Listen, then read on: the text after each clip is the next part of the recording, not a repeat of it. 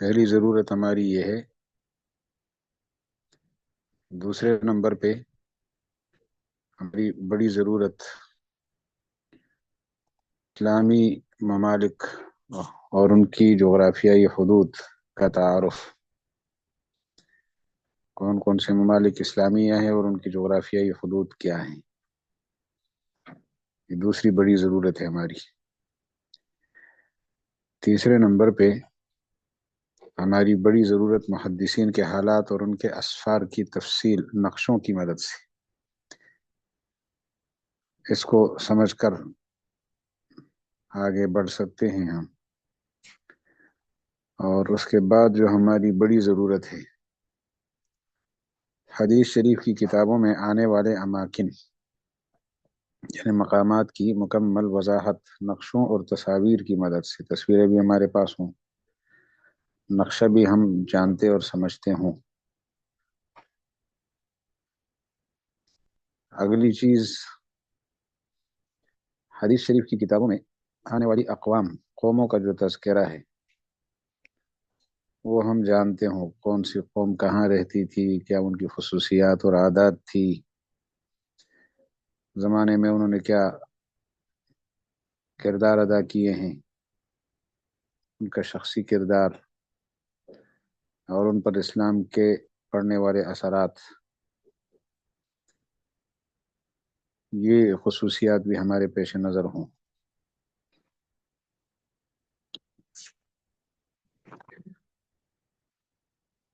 تیسرے نمبر پہ یعنی یہ تو 4 باتیں ہو گئی. آپ کو اسکرین نظر آ رہی ہے؟ نہیں استاد جی، اسکرین نہیں شیئر ہوئی. محل دوسرا آپ کا آئی ڈی ڈسکنیکٹ ہو گیا. یہ کیا بات ہوئی حضرت؟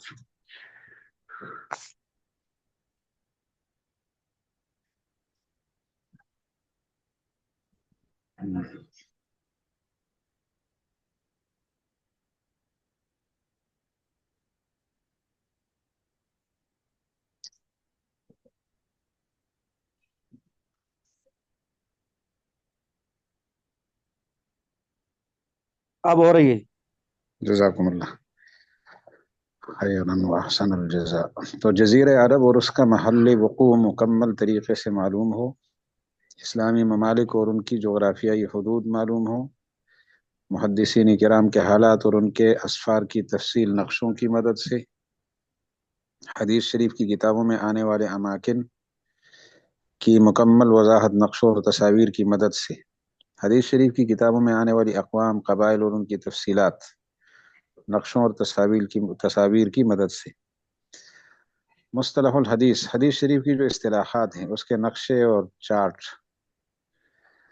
معترضین کے اعتراضات کے جوابات، مختلف اعداد و شمار گراف کی شکل میں، اہم حوالہ جات پروجیکٹر پر اس کا اظہار یا سلائیڈ کی شکل میں اس کی وضاحت،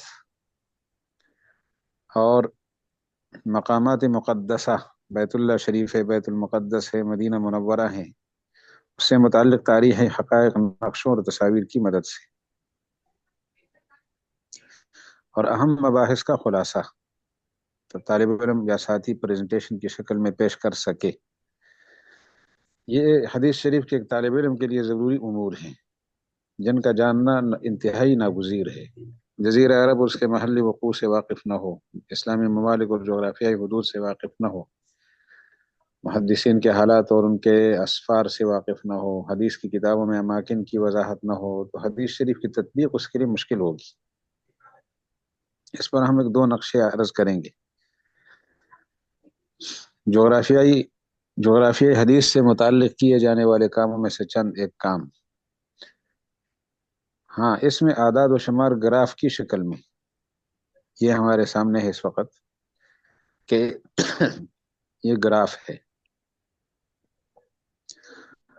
اور یہ جاننا چاہتے ہیں کہ احادیث کی تعداد کتنی ہے. بخاری شریف میں کل حدیثیں 9082 ہیں. پھر مسلم شریف کی باری آتی ہے تقریباً 4000 کے لگ بھگ. پھر سنن نسائی کا مرحلہ ہے. تعداد کے لحاظ سے سنن نسائی دوسرے نمبر پہ تعداد حدیث کے لحاظ سے. لیکن صحت کے حوالے سے چونکہ بخاری شریف کے بعد مسلم شریف کا نمبر ہے، پھر سنن ابی داود ہیں، اس کی حدیث 5274 ہیں، 5758 نسائی شریف میں موجود حدیثیں ہیں، پھر ابو داود شریف، پھر اس کے بعد ترمذی شریف کا مرحلہ آتا ہے 3956، سنن ابن ماجہ 4341، یہ صحاح ستہ کی کتابیں ہو گئی۔ ان کے علاوہ پھر ہم پڑھتے ہیں دور حدیث میں طحاوی شریف 4139 حدیثیں ہیں، موطئ امام مالک 1823، موطئ امام محمد تقریباً 1006 حدیثیں ہیں۔ تو گراف کی شکل میں ہمارے سامنے یہ خاکہ موجود ہے اس وقت۔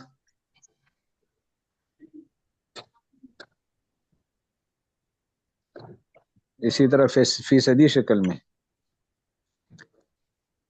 فیصد کی شکل میں صحیح بخاری شریف کی حدیثیں تقریباً تمام سے جو دور حدیث میں کتابیں پڑھائی جاتی ہے مدارس دینیہ میں، 9 کتابیں ہیں، 9 کتابوں میں سب سے زیادہ حدیثیں بخاری شریف میں ہیں۔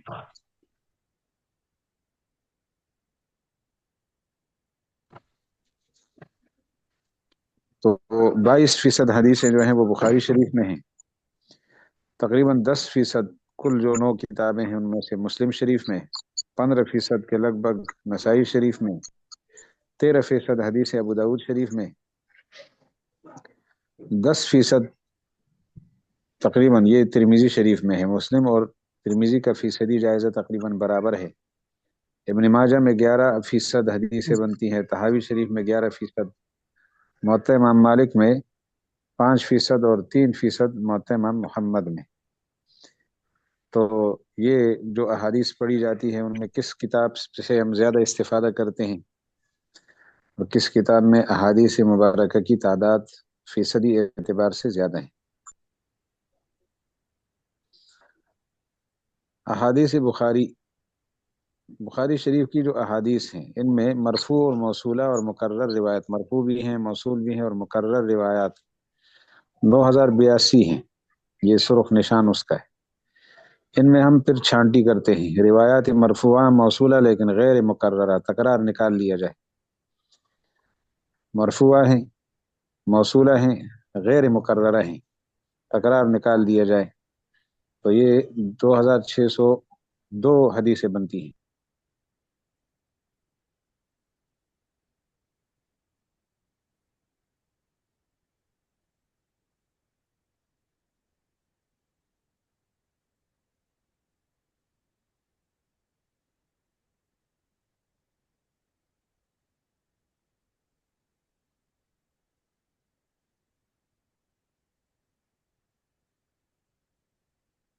آواز نہیں آ رہی۔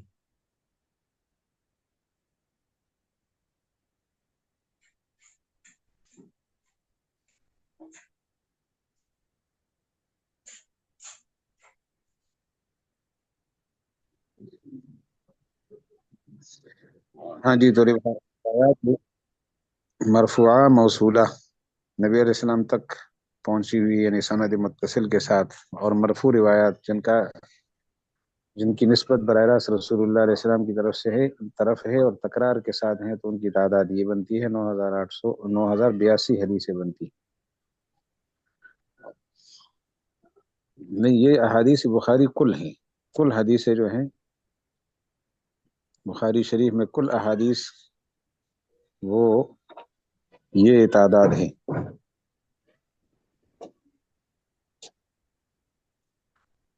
9082، ان میں تکرار کے ساتھ مرفوع اور مکرر حدیثیں جو ہیں 4795 ہیں یہ، اور تکرار نکال لیا جائے تو 2602 حدیثیں ہیں، یعنی ایک حدیث کئی دفعہ آئی ہے تو ان کا تکرار ختم کر لیا جائے، تکرار سمیت مرفوع حدیث 4795، تکرار کے بغیر 2602، یعنی 52% تکرار سمیت ہیں، ان میں 29% تکرار کے بغیر ہیں، تکرار نکال لیا جائے تو۔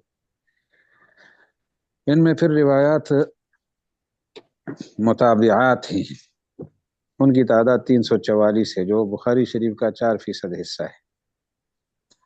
روایات معلقہ وہ مقرر بھی ہیں، معلق روایتیں تعلیقات بخاری، تو 1182 روایتیں ہیں جو بخاری شریف کا 13% حصہ ہے، اور جو معلقات غیر مقررہ ہیں ان کی تعداد 159 ہے، یعنی بخاری شریف کا 9% یعنی 2% حصہ۔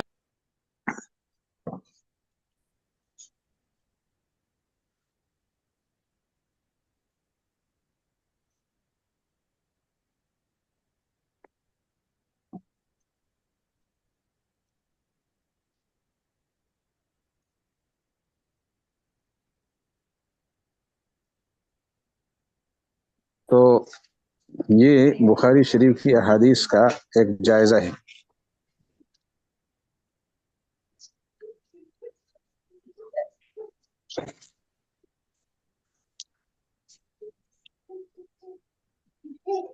تو یہ بخاری شریف کی احادیث کا ایک جائزہ ہمارے سامنے آ گیا، تکرار کے ساتھ بھی اور تکرار کے بغیر بھی۔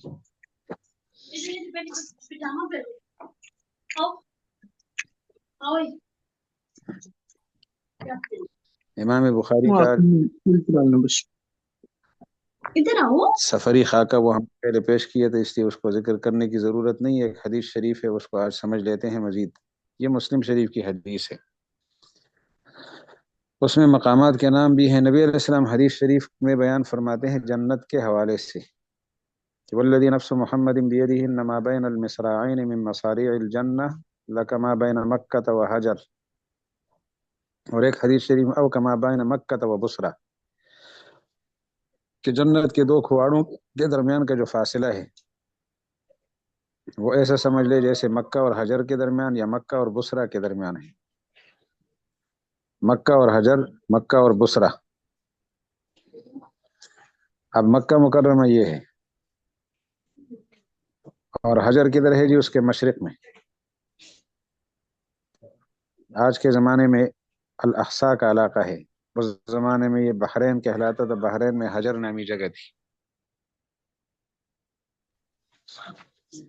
تو مکہ اور حجر کے درمیان، اور یا مکہ اور بصرہ کے درمیان، بصرہ یہ ہے شام کے اندر ہے یہ، تو مکہ سے بصرہ تک جتنا فاصلہ ہے یا مکہ سے حجر تک جتنا فاصلہ ہے، جنت کے دو کھواڑوں کے درمیان فاصلہ اتنا ہے، مصراعین کے درمیان، مصاریع مصراعین۔ یہ مسلم شریف کی 287 نمبر روایت۔ تو ہمیں فائدہ یہ ہوا جغرافیائی حوالے سے کہ حدیث شریف میں جن جگہوں کا نام آیا تو ان کو ہم جانتے ہوں تو ہمیں ایک اندازہ لگا۔ دوسری بات، ایک اور حدیث شریف ہے، وفد عبد القیس کی مشہور روایت ہے، بخاری شریف میں ہے اور دیگر حدیث کی کتابوں میں ہے کہ عبد القیس کا وفد آیا تھا نبی علیہ السلام کے پاس اور کہنے لگا کہ درمیان میں کفار مضر ہیں، وہ ہمیں نہیں چھوڑتے، اشہر حرم میں ہم آ سکتے ہیں، آگے پیچھے ہم نہیں آ سکتے۔ عبد القیس کا وفد یہ حجر کے علاقے سے آیا تھا، اور یہ درمیان میں کفار مضر کا علاقہ پڑتا تھا، اور یہ مدینہ منورہ ہے تو ان کی آمد و رفت کا محل وقوع بھی معلوم ہوا۔ پھر حدیث شریف میں ہے کہ مسجد نبوی کے بعد سب سے پہلا جمعہ جو قائم ہوا تھا وہ بحرین میں جواسا کے اندر تھا، تو بحرین یہی ہے، اور جواسا نامی بین الاقوامی منڈی تھی، وہاں جمعہ قائم ہو گیا تھا۔ تو پہلا جمعہ تو مدینہ منورہ میں قائم ہوا ہے مسجد نبوی میں، اور دوسرا جمعے کا دوسرا مرحلہ جو ہے وہ جواسا کے اندر ہے۔ تو کفار مضر کا علاقہ بھی معلوم ہوا محل وقوع درمیان میں، پھر بحرین کا علاقہ، وفد عبد القیس، نبی علیہ السلام نے جو خطوط لکھے تھے اس میں بھی بحرین کا ذکر آتا ہے۔ ایک اور حدیث شریف ہے، یہ مکہ اور حجر کا اشارہ ہے، مکہ اور حجر کا، اور یہ مکہ اور بصرہ کا اشارہ ہے اس حدیث شریف کو سمجھانے کے لیے۔ ایک اور حدیث شریف ہم پیش کرنے لگے ہیں، رسول اللہ علیہ وسلم حوض کوثر کا حال بیان فرماتے ہیں، ان حوضی ابعد من ایلۃ من عدن، حوض کی دوری اتنی ہے جیسے ایلہ سے، ایلہ جو ہے یہ عدن سے دور ہے، آئلہ عدن سے جتنا دور ہے اتنا میرے حوض کے درمیان جو ہے نا دوری ہے، یعنی اتنا لمبا حوض ہے۔ تو عدن جو ہے یہ کہاں ہے؟ یہ یمن کے جنوب میں ہے، جنوب مغرب کی طرف۔ یہاں عدن کی بندرگاہ ہے، باقاعدہ ساحل سمندر پر ہے۔ تو اس عدن سے لے کر یہ ہے آئلہ، یہاں بھی بندرگاہ ہے، اسرائیلی بندرگاہ۔ بنی اسرائیل کے لوگ جہاں بندر و خنزیر بن گئے تھے، یہ وہ محل وہ علاقہ ہے۔ تو اس کے درمیان جتنا فاصلہ ہے اتنا فاصلہ میرے حوض کے درمیان ہے، تو میرے حوض کی لمبائی اتنی ہے۔ تو اس نقشے کی مدد سے ہم اس نتیجے پر پہنچے، جغرافیائی حوالے سے جاننے کے نتیجے میں، کہ حدیث شریف ہمیں سمجھ آ گئی۔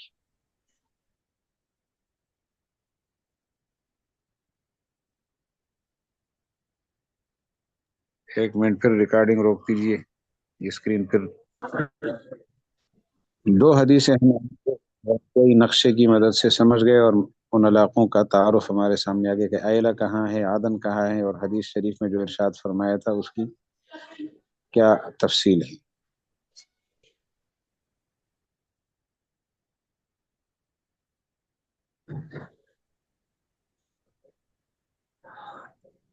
اس کے بعد ایک اور مرحلہ، مباحث فقہیہ۔ دنیا فقہ میں، کسی بھی فقہ میں تین بنیادی چیزیں ہوتی ہیں: عقائد، آداب و اخلاق، اور اس کے علاوہ دیگر معاملات اور عبادات وغیرہ، یعنی احکام مکلف لوگوں کے لیے جو خصوصی احکامات ہیں۔ تو علم العقائد، آداب و اخلاق، جس کو علم التصوف کہتے ہیں، اور باقی مسائل فقہیہ، اس کو آج ہم ذکر نہیں کریں گے، کیونکہ ہمیں فقہی مسالک کے علاقوں کا محل وقوع بھی جغرافیائی نقشے کی مدد سے عرض کرنا ہے، تو اس پر اگلی نشست میں گفتگو کر لیں گے، کسی نشست میں فقہ کا خلاصہ۔ آج ایک اور حدیث شریف کو پیش کرنا ہے، یہ مشہور حدیث صدقۃ بن الفضل۔ اخبرنا يحيى بن سعيد عن سفيان قال حدثني ابي عن منذر عن ربيع بن حسيم عن عبد الله رضي الله عنه قال خط النبي صلى الله عليه وسلم خطا مربعا، نبی علیہ السلام نے ایک مربع خط کھینچا، مربع خط، یہ مربع خط ہو گیا جی۔ ایک اور خط کھینچا درمیان میں جو باہر کو جا نکلا، پھر دائیں بائیں ایسے خطوط کھینچے، پھر وضاحت کی کہ یہ جو چاروں طرف ہے، یہ جو درمیان میں لمبا خط ہے سرخ، یہاں تک یہ انسان ہے، دائرے تک انسان، دائرے سے آگے جو نکلا خط ہے یہ اس کی امیدیں ہیں، انسان پھر آگے امید، یہ چاروں طرف جو دائرہ ہے یہ اس کی عمر ہے، زندگی، اور یہ جو دائیں بائیں چھوٹے چھوٹے خطوط ہیں، فرمائے یہ اعراض و حوادث اور آفات ہیں۔ بخاری شریف کی حدیث 5938 نمبر حدیث۔ تو اس نقشے کے ساتھ رسول اللہ علیہ السلام نے طریقہ سمجھا دیا۔ اس میں یہ پیغام ہے کہ پیغام یعنی حدیث شریف یا علم پڑھانے میں پریکٹیکل طریقہ زیادہ مناسب ہوتا ہے، جو راسخ فی ذہن کر دیتا ہے علم کو، مسئلے کو۔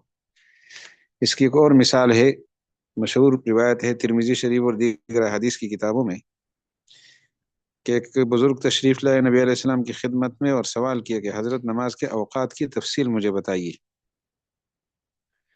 تو آپ نے تھیوری کے طور پہ ان کو نماز کے اوقات نہیں سکھائے، فرمایا اقیم عندنا، ہمارے پاس رہو۔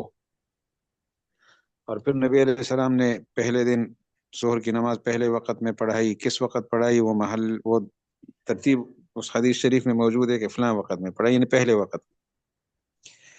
پھر عصر کی نماز اس کے پہلے وقت میں پڑھائی، مغرب کی نماز پہلے وقت میں، عشاء کی نماز پہلے وقت میں، اور فجر کی نماز فجر کے طلوع ہونے کے فوراً بعد۔ پھر دوسرے دن ظہر کا مرحلہ پھر جب آیا تو ظہر کو اس کے آخری وقت میں لے گئے، عصر کو اس کے آخر کے قریب لے گئے، یعنی بعد والے وقت کی طرف لے گئے، اور مغرب کو کل والی وقت ہی میں نے پڑھایا، اور عشاء کو بھی اپنے وقت سے مؤخر کیا، اور فجر کو اگلے دن اس کے وقت کے آخر کے قریب لے گئے۔ اور پھر فرمایا وہ جو نماز کے بارے میں سائل تھا وہ کدھر ہے اوقات کے بارے میں، وہ آیا تو فرمایا یہی نماز کے اوقات ہیں، اور ان دونوں کے درمیان کے جو اوقات ہیں یہ بھی نماز کے اوقات ہیں۔ اس میں بھی پریکٹیکل طریقے سے سکھانا، نظریاتی طریقہ کافی نہیں قرار دیے رسول اللہ علیہ السلام نے۔ تو یہ حدیث شریف بھی جو ہمارے سامنے آئی ہے، اس میں بھی نبی علیہ السلام نے نقشہ بنا کر باقاعدہ پریکٹیکل طریقے سے سمجھایا۔ اللہ تعالیٰ امت مسلمہ کو نبی علیہ السلام کے نقش قدم پر چلنے والا بنا دے۔ تو یہ پھر گڑبڑ کر رہا ہے